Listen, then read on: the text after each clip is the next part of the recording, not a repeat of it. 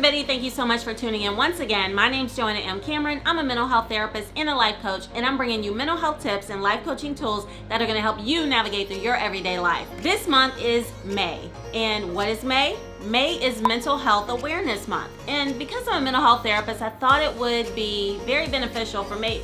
Maybe during this month I just bring you a few different tips that you can apply to your own life each and every week that would help to get you into a better mental health space.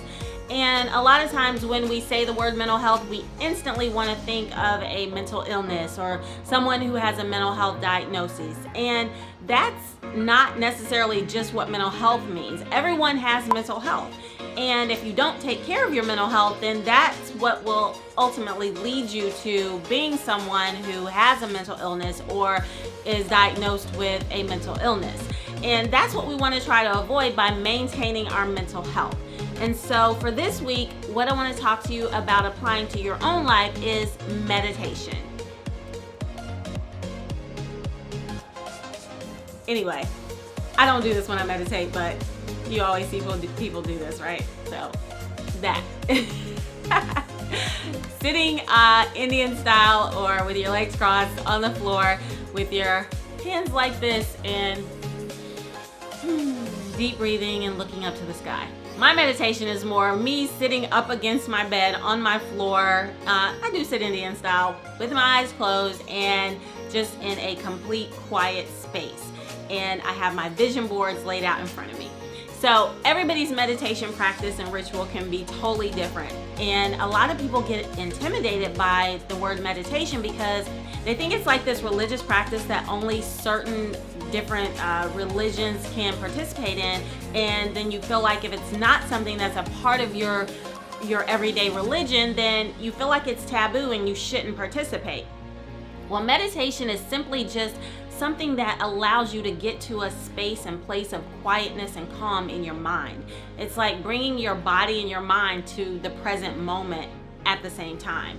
And it's very beneficial. Scientifically, it has been known to release and relieve stress and to reduce symptoms of anxiety, blood pressure, and helping to reduce that, and just basically just overall wellness. So there's so many health benefits as well as mental and emotional benefits to meditation that it definitely deserves to have some attention paid to it.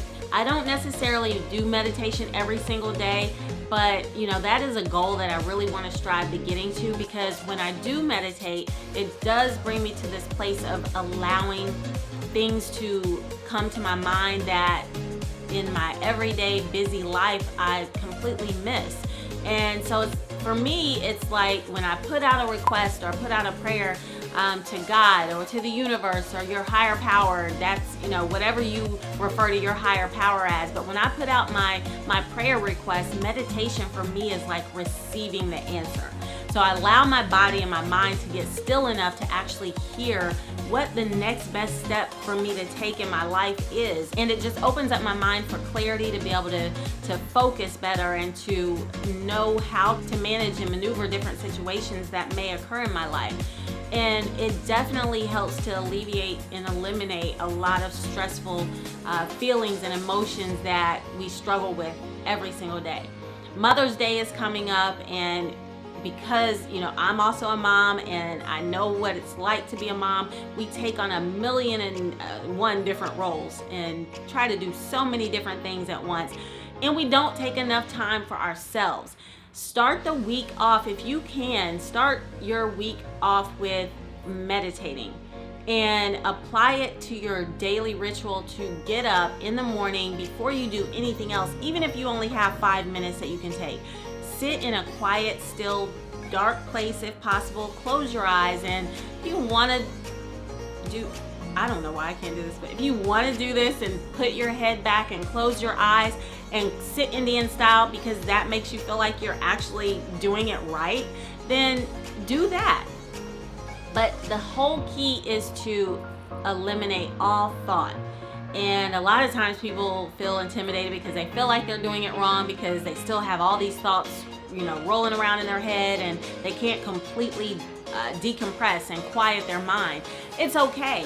Even if you can get one complete silent minute out of a 5-minute effort of meditation, that's progress. And that 1 minute of complete silence where you've blocked out all noise and all thought and your mind is completely still, you'd be surprised at what you're able to receive, the clarity that you're able to receive in just that 1 minute, because there's hardly a minute in your entire day where you actually have that for yourself.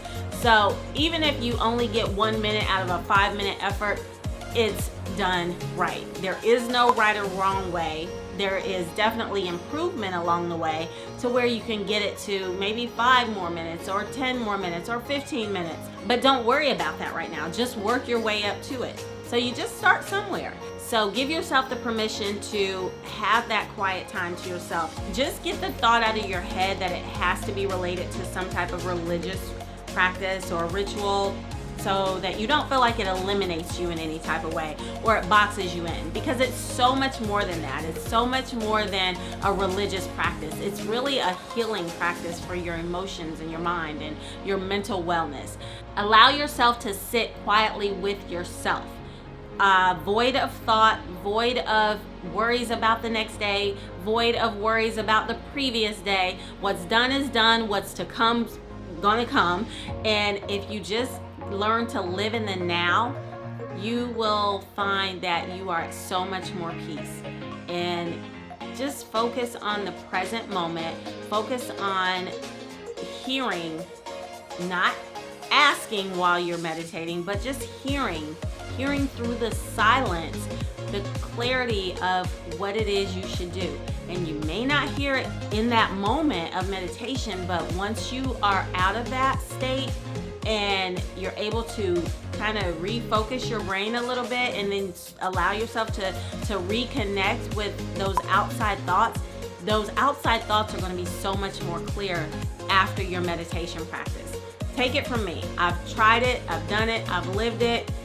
I want to live it more, so I'm actually going to start doing it even more so with you guys. So if you guys are willing to jump in and start a meditation practice every single day, I'm going to commit to doing that as well, and making sure that I'm taking the time to not just do it every now and then, but to do it more regularly. So take that tip. Let me know how it goes for you. Leave comments below. Subscribe, like, and share the video if you get anything out of it, out of the meditation practice that you apply to your life.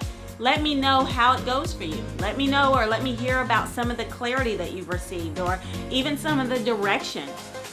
Answers to major life questions that you've been waiting to hear.